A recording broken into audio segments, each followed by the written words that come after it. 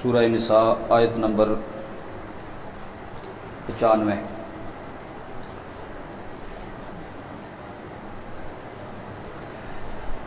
اعوذ باللہ من الشیطان الرجیم، بسم اللہ الرحمن الرحیم۔ لا يستوي القاعدون من المؤمنين غير أولي الضرر والمجاهدون في سبيل الله بأموالهم وأنفسهم،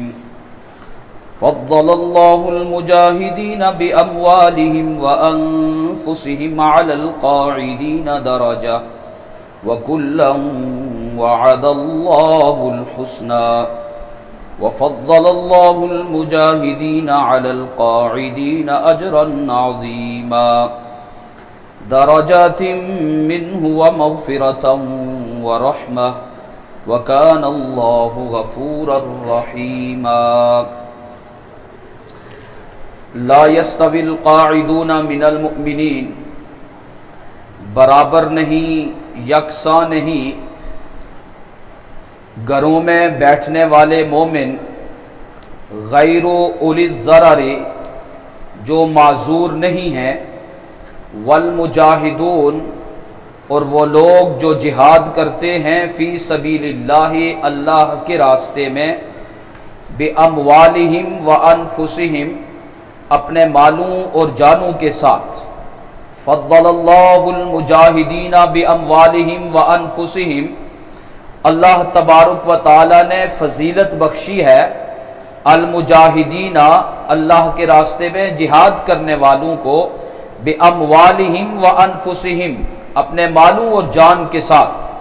علی القاعدین گھروں میں بیٹھ رہنے والوں پر، درجتن درجے میں، وکلا وعد اللہ الحسنی ہر ایک کے ساتھ اللہ تبارک و تعالی نے بھلائی کا وعدہ فرمایا ہے۔ وفضل اللہ المجاہدین اور اللہ تبارک و تعالی نے فضیلت بخشی ہے مجاہدین کو، علی القاعدین گھروں میں بیٹھے رہنے والوں پر، اجرا عظیما بہت زیادہ بڑے اجر کے ساتھ، درجات منہ یہ اللہ تبارک و تعالی کی طرف سے درجے ہیں، ومغفرتاً اور بخشش ہے، ورحمہ اور اللہ کی طرف سے مہربانی ہے، وکان اللہ غفورا رحیما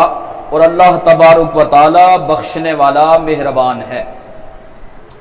اس سے سابقہ آیتوں کے اندر اللہ تبارک و تعالی نے ان مجاہدین کی جو اللہ کے راستے میں جہاد کرتے ہیں اور ان سے بے احتیاطی ہو گئی اور ان سے کوئی مسلمان ان کے ہاتھوں سے قتل ہو گیا، ایسے لوگوں کی کچھ سرزنش ہو گئی کہ ایسے لوگوں کو پہلے تحقیق حال کر لینی چاہیے، ایسا نہیں کہ بس وہ بغیر سوچے سمجھے انتہائی قدم اٹھا لے، اور کوئی آدمی کہہ بھی لے کہ میں مسلمان ہوں پھر بھی اس کے جان کے درپے ہو کر کے اس کو قتل کر دے۔ کچھ صحابہ کرام سے اس طرح کے واقعات رونما ہوئے تھے، اس لیے اللہ جل شانہ نے اس آیت کریمہ میں مسلمانوں کو تحقیق حال کرنے کا حکم ارشاد فرمایا کہ تمہارے ہاتھ سے بے احتیاطی میں مسلمان قتل ہو جائے یہ بہتر نہیں، بنسبت اس کے کہ اگر تمہارے ہاتھوں سے کوئی آدمی اوپر سے کلمہ پڑھ کے کافر ہوتے ہوئے چھوٹ گیا تو چلو کوئی مسئلہ نہیں، لیکن ایک مومن قتل ہو جائے تو یہ صورتحال جو ہے یہ بے احتیاطی کی وجہ سے آئندہ نہیں ہونی چاہیے۔ فہمائش کے اوپر اور زبانی سرزنش کے اوپر ہی اکتفا کر لیا، لیکن چونکہ انسان کی نفسیات ہوتی ہیں تو نفسیاتی طور پر اس انسان میں پھر کچھ نہ کچھ پیچھے رہنے والی ان میں عادت آ گئی کہ اگر ہم اللہ کے راستے میں جہاد کریں گے تو وہاں کوئی بے احتیاطی ہو گئی تو پھر تو ہماری پکڑ ہو جائے گی، اس لیے کچھ لوگوں نے جہاد سے کترانا شروع کر دیا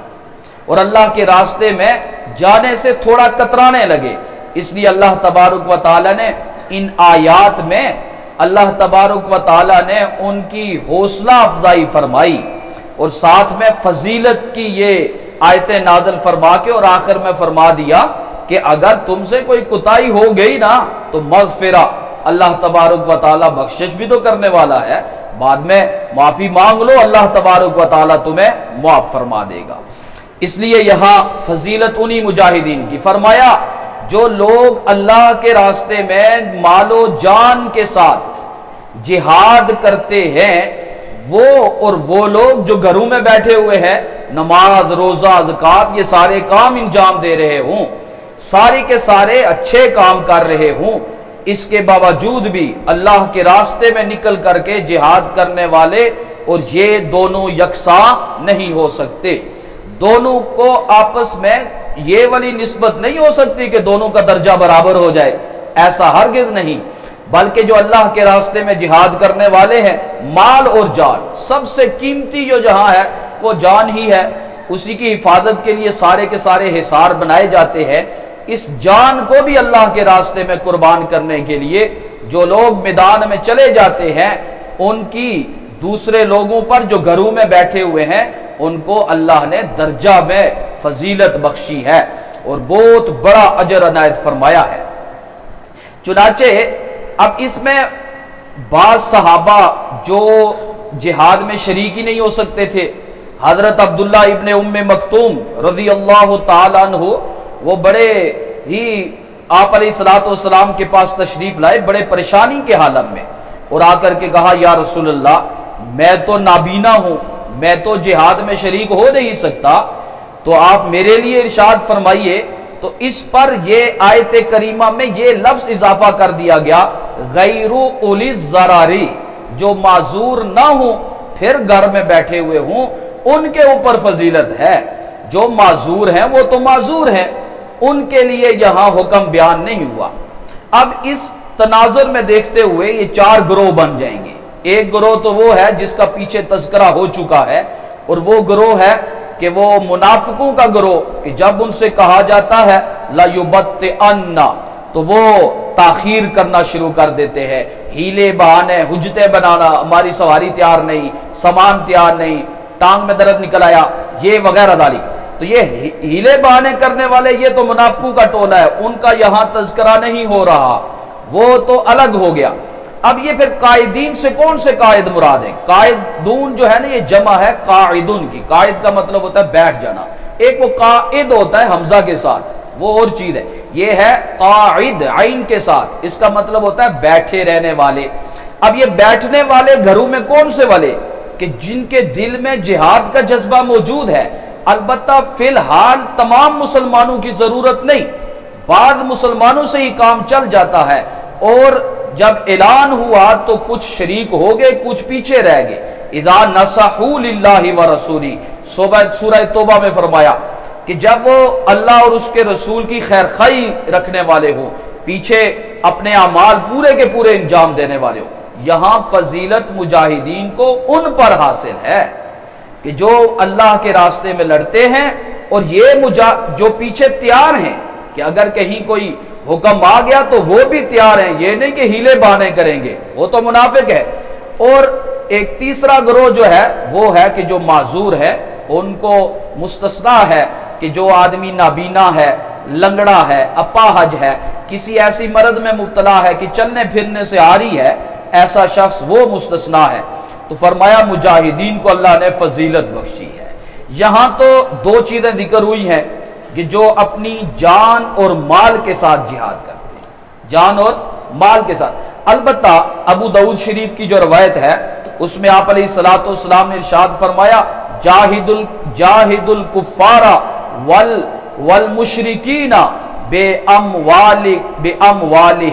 وانفسہم باموالکم وانفسکم والسنتکم، ایک اضافہ ہے کہ اپنی زبانوں کے ساتھ بھی جہاد کرو۔ اب زبان کے ساتھ جہاد کیا ہے؟ کہ کلمہ حق کہنا، اور کلمہ حق اور اسلام کی تبلیغ اشاعت دین کے واسطے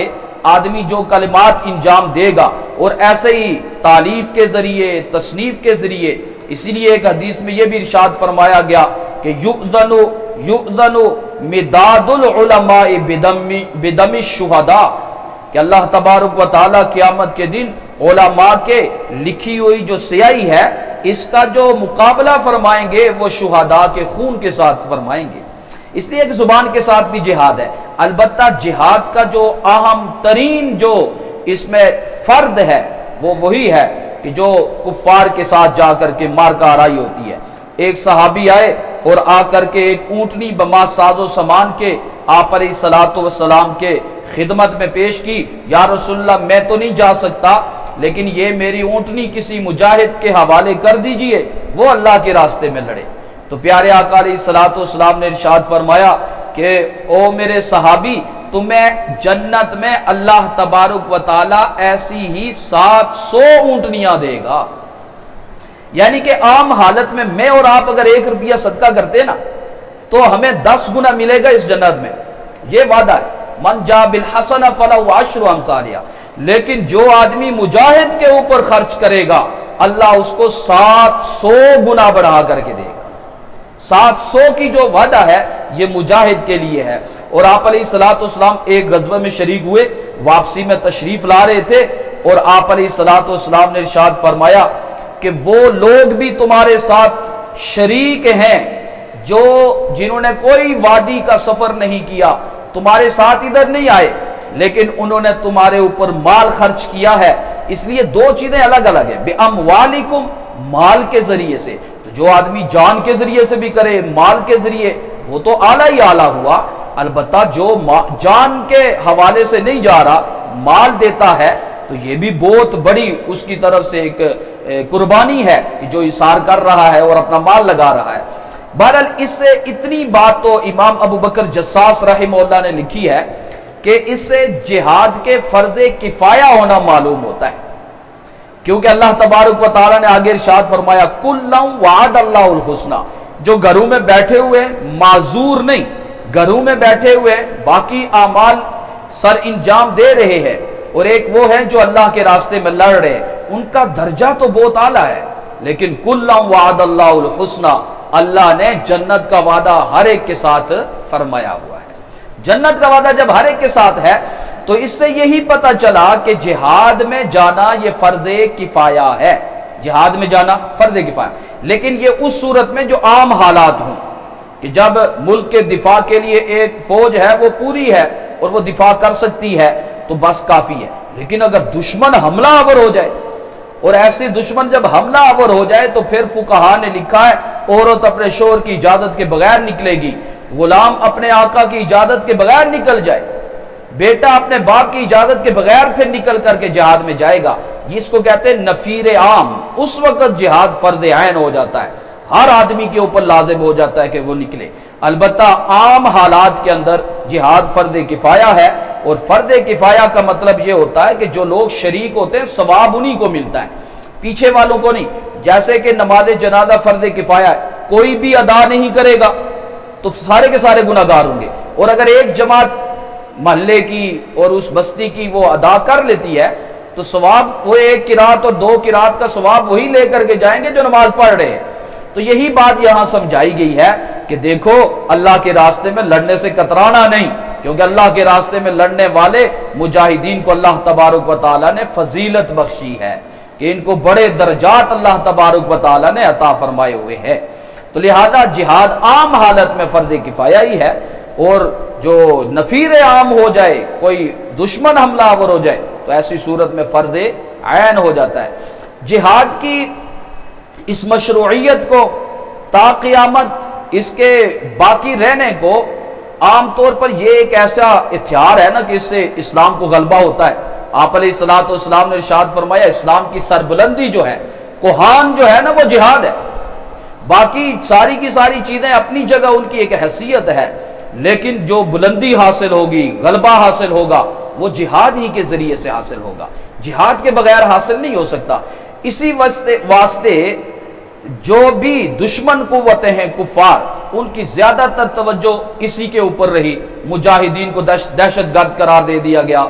اسی طرح جو لوگ اللہ کے راستے میں لڑنے والے تھے، مجاہدین تھے، تو کچھ نہ کچھ لوگوں کو کھڑا کر کے مرزا قادیانی کو کھڑا کیا، جس نے کہا جی یہ جنگ و جدال اسلام میں حرام ہے،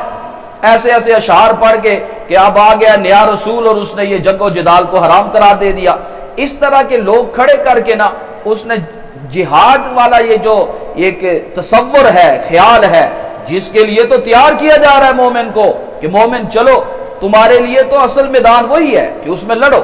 تو اس میدان سے پیچھے رکھنے کے لیے نہ پوری تگ و دو کی گئی، اور ایسے لوگوں کو کھڑا کر کے ہمارے ذہنوں میں ایک تصور بٹھا دیا گیا کہ کل کو جن کو ہم دہشت گرد کہہ رہے تھے آج ہم ان کو طالبان کے نام سے یاد کرتے ہیں، اور ہم کہتے ہیں یہ بہت بڑے مجاہد ہے، دیکھو جی کیسے اللہ نے راہیں ان کے لیے صاف کر دی۔ اب یہ پتہ چلا نا کہ وہ والا تصور جو ہمیں دیا گیا تھا 2001 میں 2 میں وہ سراسر غلط تھا، ہمارے ذہنوں میں ٹھونس دیا گیا یہ لوگ ایسے ایسے ایسے، لیکن اب ان کے لیے راہیں بھی ہموار ہو رہی ہیں اور سارے کے سارے، کیونکہ وہ اب اوپر آ گئے، کیونکہ جہاد میں غلبہ ہے، وہ مجاہد رہے اور انہوں نے وہ اپنی تگ و دو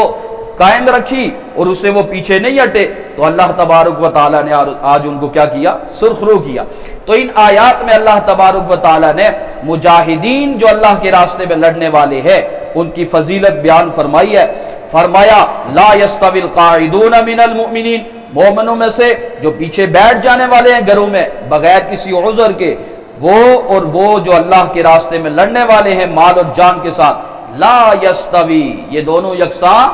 نہیں ہو سکتے۔ فضل اللہ المجاہدین باموالہم وانفسہم، اللہ نے جو مجاہد ہیں اپنے مالوں اور جانوں کے ساتھ اللہ کے راستے میں جہاد کرتے ہیں ان کے قائدین کے اوپر درجے میں فضیلت دی ہے، اور آپ علیہ الصلوۃ والسلام نے ارشاد فرمایا جنت میں 100 درجے اللہ نے مجاہدین کے لیے تیار کیے ہیں، اور ہر درجہ اوپر والا درجہ نیچے والے درجے سے اتنا ہی اوپر ہے جتنا زمین اور آسمان کا درمیان کا فاصلہ ہے، اتنے بڑے اونچے اونچے درجات اللہ تبارک و تعالیٰ نے تیار کیے۔ ہاں البتہ یہ بات ہے وَكُلًّا وَعَدَ اللَّهُ الْحُسْنَى، جو اپنی جگہ بیٹھ کر کے اعمال انجام دے رہے ہیں جنت ان کو بھی ملے گی،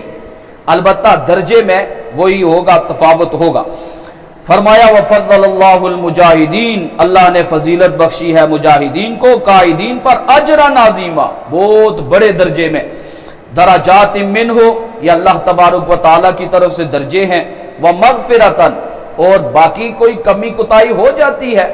انسان ہے اس سے ہو جاتی ہے، فرمایا اللہ کی طرف سے مغفرت بھی آئے گی، اور پھر صرف مغفرت ہی نہیں ورحمہ، اللہ تبارک و تعالی خاص اپنی مہربانی سے بہت ساری چیزوں سے نوازیں گے۔ وکان اللہ غفور الرحیم، اللہ تبارک و تعالی بخشنے والا مہربان ہے، جو کہا سنا اللہ تبارک و تعالی سمجھتا ہے۔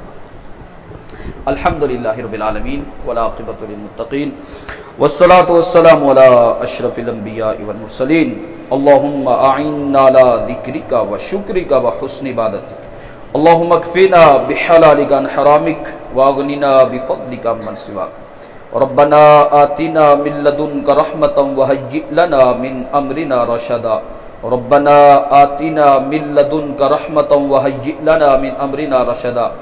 ربنا آتنا من لدنک رحمتا وہیئ لنا من امرنا رشدا، اللہم انا نسألک